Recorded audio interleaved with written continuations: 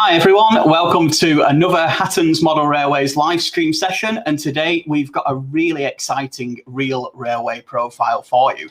We're looking at one of the most mysterious locomotives to have ever operated on the UK's railways. We're having a look at the LNER's W1 locomotive, the Hush Hush as it is popularly known, an experimental locomotive designed in the 1920s, seeing service right through to the late 1950s in several different guises, and it's really unusual compared to most other steam locomotives that have ever ran in the UK. It was a thoroughly experimental design. We'll be covering some more of the details in today's session, of course, giving you the full history of this locomotive and telling you some more information of the models that are available to pre-order now too.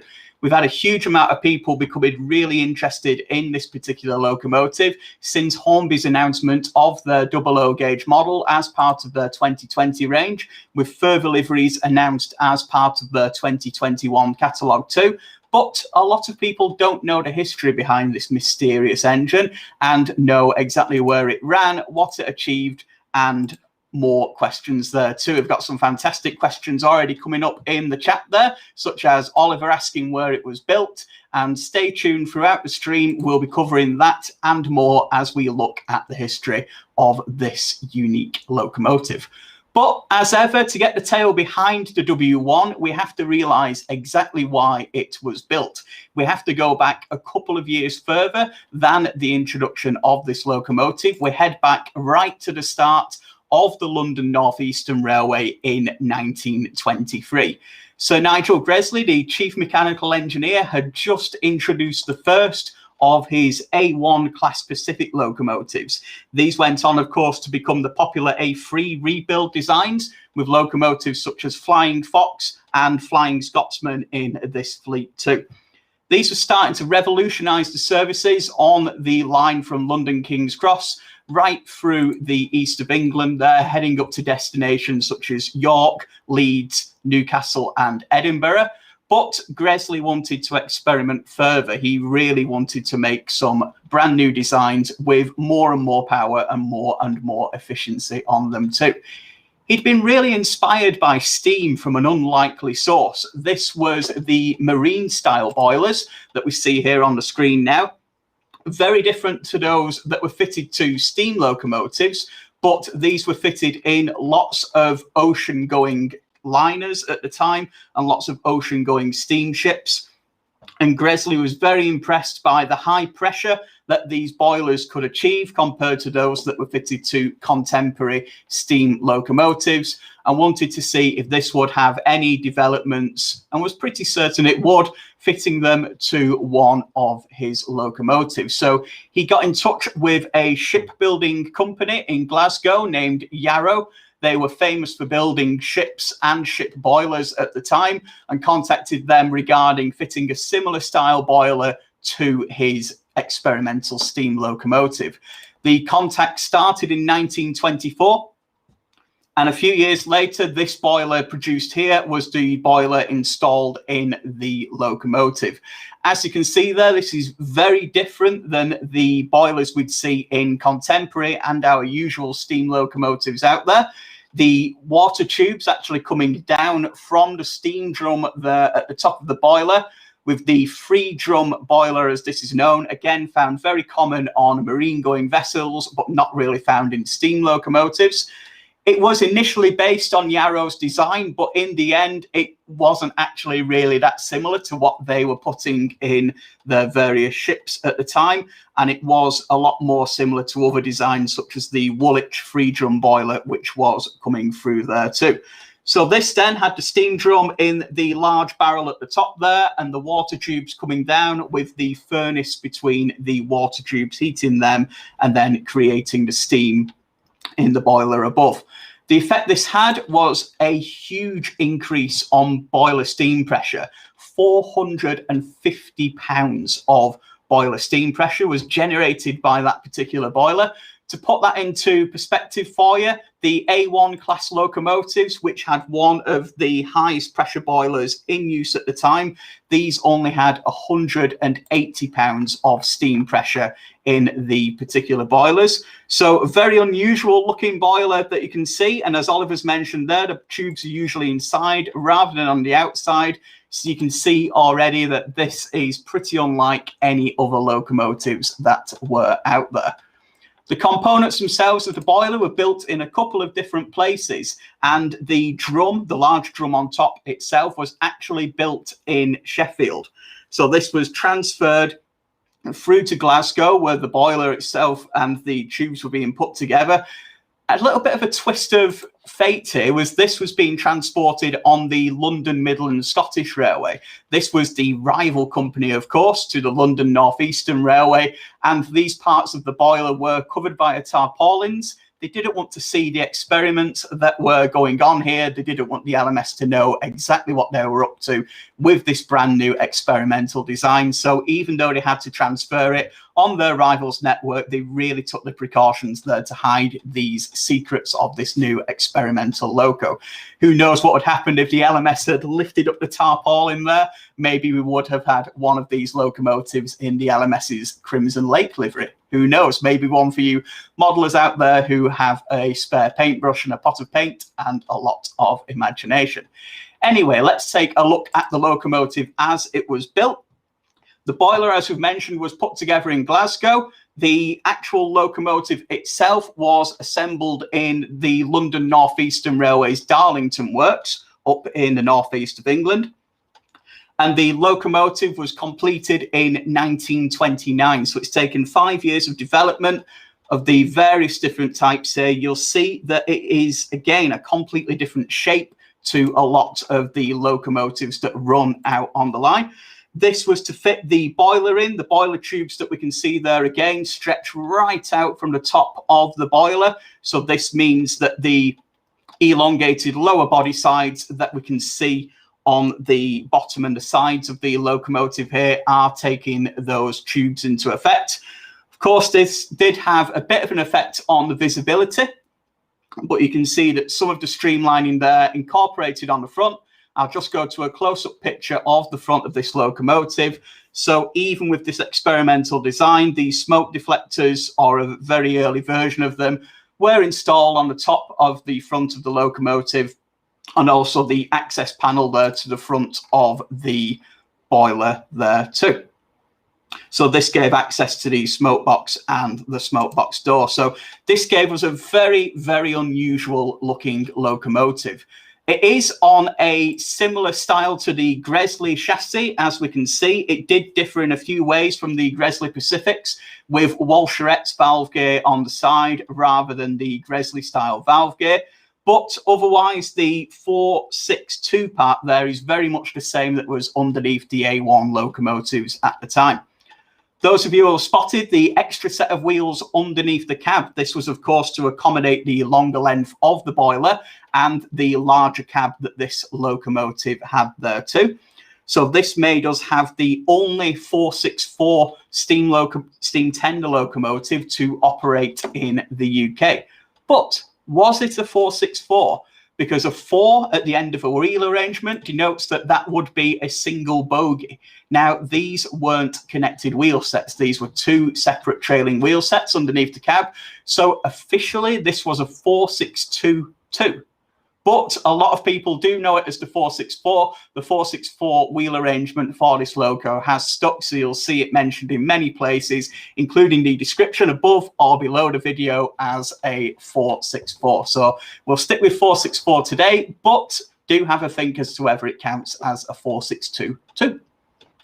At the back, it gets a lot more conventional. That's something we're very familiar with seeing there. The standard Gresley 8-wheel tender featured on this locomotive. We can certainly handle the back of this locomotive, but the front is indeed a very, very unusual design. Just a little twist there too. It also gained the 10,000 number. This was completely out of sequence with the LNER's numbering scheme at the time, completely separating it from the rest of the fleet.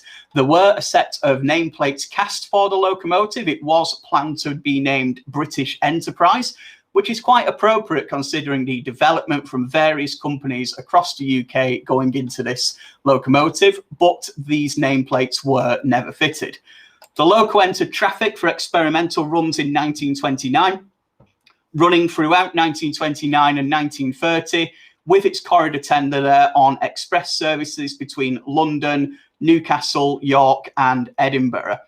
You can see it was finished in this very dark, almost battleship grey. Again, a connection to the marine style of the boiler that we see there too. But it never did quite live up to the hype, unfortunately. The boiler got a reputation for poor steaming, even with that high pressure output there, and it just wasn't quite living up to the standards that were expected.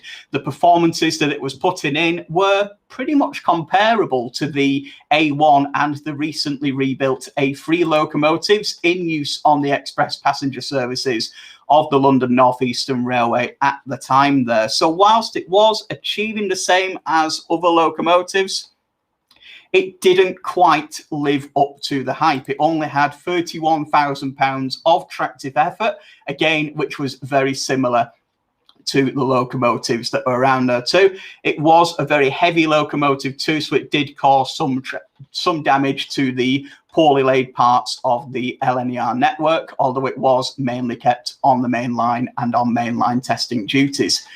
Throughout the 1930s, it did make several appearances on test trains, as we can see here in this fantastic picture, with one of the early testing coaches behind the locomotive here. But the boiler continued to have problems. There were some small leaks in the streamline casing on the side of the locomotive.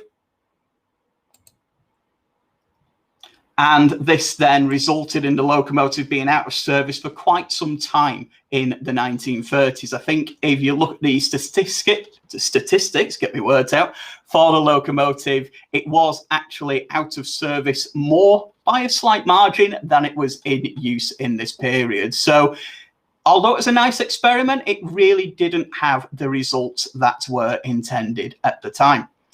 Initial plans at the time were to also paint it in the London North Eastern Railway's apple green livery that we can see here, maybe with or without those British Enterprise nameplates.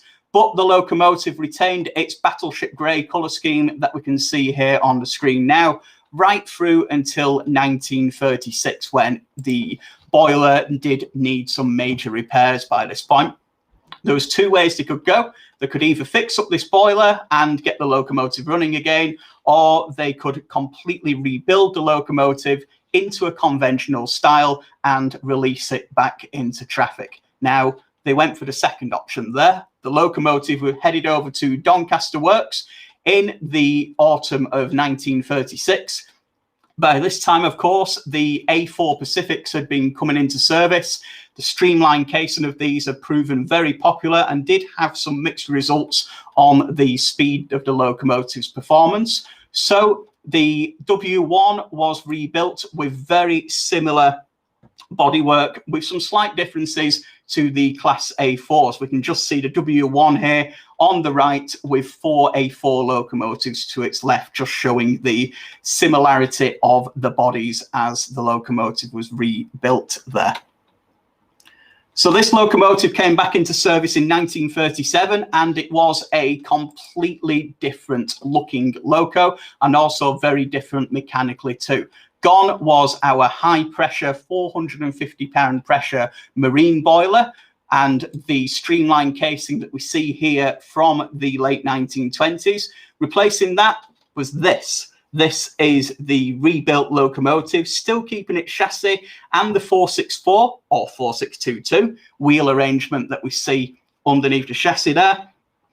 From 4 original compound cylinders, it had now been fitted with 3 cylinders. It had been fitted with more standard Gresley valve gear. It retained its corridor tender, as we can see here, a larger cab, and of course, very similar body styling to the A4. Underneath that body styling was an enlarged A4 boiler. So we now have headed back to our conventional boiler fitted to this locomotive. This was the same as an A4, just slightly longer with a slightly larger firebox. What this resulted in was a more powerful version of the A4 locomotive. Now, from the £31,000 of tractive effort that had been comparable to the A1 and A3s, this locomotive was now capable of £42,000 of tractive effort. It was one of the most powerful express locomotives to ever work on the London North Eastern Railway. So surely now you're thinking, this is a fantastic locomotive. This is the best they've got. This is surely the record holder, the world beater, etc. But not quite. It did have some lasting problems which stayed over from its days as a high pressure locomotive. The cylinders were too small to help cope with the boiler, and some of the valves on them too did have issues. So this really restricted the speed at that the locomotive could run at. However, this was balanced out by the haulage capacity, being able to far outpull the trains that the A1s, A3s, and the brand new A4s came into service in. So the locomotive then found itself on duties that really suited it. So rather than the fastest, the sleekest expresses, it was still used on the main lines on the London North Eastern Railway, but on some of those heavier trains, maybe the longer services that didn't quite need to get to their destinations as quickly, but they really did need a locomotive that could handle the weight. So it did enter general use at this point. It was only a test engine when it was in its high pressure form, but now it was a more conventional locomotive. It did join the standard London North Eastern Railway fleet running along the East Coast Main Line. And it seems to have settled into a nice bit of history here for quite a few years. Heading into the wartime period, it was painted into the wartime black colour scheme during this time. But then it was repainted back into the Garter blue livery that we see here on the screen now following the end of the war in 1945. The locomotive then transferred over to British Railways ownership, becoming part of the BR fleet of express locomotives on the eastern region of British Railways, again performing a lot of the main duties that it had done under its LNER guise too, but with a slight change of colour scheme, now joining the other locomotives in the Brunswick green livery that was applied to all of the Class A4 fleet. So again, very similar style to the A4, but just taking into account the extra length of this particular locomotive there. This is where its second name may have appeared. We mentioned towards the start of our stream today that nameplates were made to call this locomotive British Enterprise when it was under construction, but these were never fitted. In 1951, a second set of nameplates were made to name this locomotive. This time it was looking like it was going to be called Pegasus, which is a name that sits well alongside the various avian names that are carried by some of the A4 locomotives, but also gives it its own separate meaning as its own unique locomotive. Again, the nameplates were made, they were ready to go on the locomotive, but they were never fitted. No one quite knows why that is, but I'm sure that may come up in research found in the future there. But the locomotive, as we can see here, was renumbered into the BR numbering sequence as 60700 rather than 10,000, and without a name, it did still perform quite well as part of the BR fleet. Heading up to the late 1950s now, and some of the boiler issues started to appear again, and this boiler was unique to this particular locomotive. With it being a fully elongated and modified A4 boiler, there was no spares for this particular locomotive. So when it needed boiler work or boiler attention, the whole locomotive was out of traffic. There wasn't a spare boiler that you could add to this locomotive. So it did spend, again, a lot of time out of traffic during the BR era, but it did manage to last to get the late crest livery from 1957 onwards there, but not for long. The boiler needed some really major work in 1959, and instead of working on this unusual one-off, especially when there were so many A4s and A3s still capable of handling the duties on the line, and with diesels on the way, such as the English Electric Type 4s and the popular Deltic locomotives starting to appear on the horizon now, the end of steam was really coming on the East Coast Main Line. Why would they spend money on this unusual locomotive that needed unique work? And it was withdrawn in June 1959. Some locomotives do take several years between withdrawal and scrap. You can see them languishing in yards in certain photos. This wasn't the same story, unfortunately, for our Gresley locomotive today. It was cut up by the end of 1959. It was very quickly disposed of, and only one part of it remains, but it is a rather significant piece. The corridor tender that was running with the locomotive does still survive in its entirety. You can still see it today with the Preserved Locomotive Union of South Africa. So one of the A4 locomotives still has the original tender from our loco that we see here. One thing I've neglected to mention is the nickname of this locomotive. It's known by many things, such as the Gresley 464, the high-pressure experimental locomotive, the W1 class, but of course it is known as the Hush Hush too. This is down to the secrecy of the development at the time. We mentioned again towards the start of the stream how the boiler components were covered up during the transportation, and this is just one example how this was really kept secret until the locomotive was ready to launch and be trialed as an experiment in the 1930s there. So this really is unlike anything else on the UK's railway network for so many reasons, so many different areas that it had. And of course, a couple of you mentioned in the chat there too, a great point. It did have a minor derailment back in 1955. This didn't cause much damage to the locomotive. It did mainly cause damage to the front wheel sets on it. So it was repaired and brought back into traffic.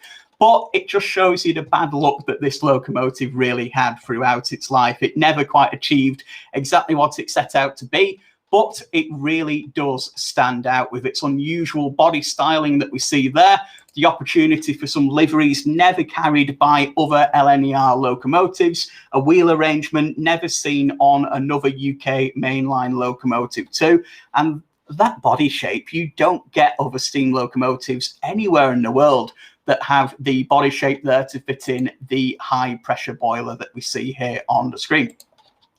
So, of course, you can't see the real-life locomotive anymore, unfortunately. We do rely on contemporary images and film to see the locomotive in operation.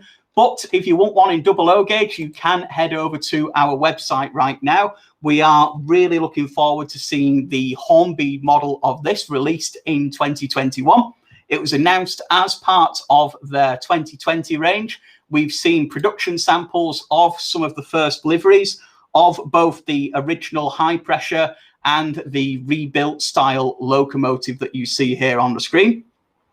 These will be coming through in the summer of 2021. There was further liveries announced as part of Hornby's 2021 catalogue, which are available to pre-order too. These are the rebuilt locomotive from 1936 in its works grey livery just before entering traffic. The 10,000th there again in the later version of its original locomotive condition from the mid-1930s, the experimental high-pressure boiler, and the final livery carried by the locomotive there too, that you can see with the late crest on this model. That model's going to have an 8-pin digital socket. It's got a 5-pole motor in the front of the locomotive, pickups on all the wheels. You know the score now, guys, with Hornby's express passenger locomotives, the huge amount of details that they fit on these items. You've got full NEM couplings on there, all the livery applications that the locomotive ever carried and some that were proposed but didn't actually happen, like the apple green version that we see here, and a version 2 being released with the British Enterprise nameplates fitted to the locomotive that never were fitted in real life. So if you do want a model of this experiment on your layout, do head over to the link in the description. You'll find out more information there. There's some high quality pictures of those pre-production models that you can check out and place your pre-orders now. So I hope you've enjoyed today's session. I've really been looking forward to featuring this particular locomotive that you see here today. It is a bit of an unusual design, to say the least. It looks unusual. It's got a high pressure boiler like very few locomotives had in the UK. There's some fictitious liveries, there's some maybe liveries, there's some real life liveries, and 2 very distinct body designs that we see on this locomotive too. So if you have enjoyed it, don't hesitate to head over to our YouTube channel or our Facebook page and make sure to subscribe and like those for more real railway profiles like this. We've got hundreds of model railway profiles and our skills cast sessions that you can watch on there too if you check out the playlists. Otherwise, if you have any further questions about the W1, if you'd like to find out more about the Hush Hush, or you'd like to get in touch, don't hesitate to leave a comment below the video. Let us know what you think, or do get in touch with our customer experience team too. Otherwise, thanks again for watching, and I'll see you next time. Goodbye.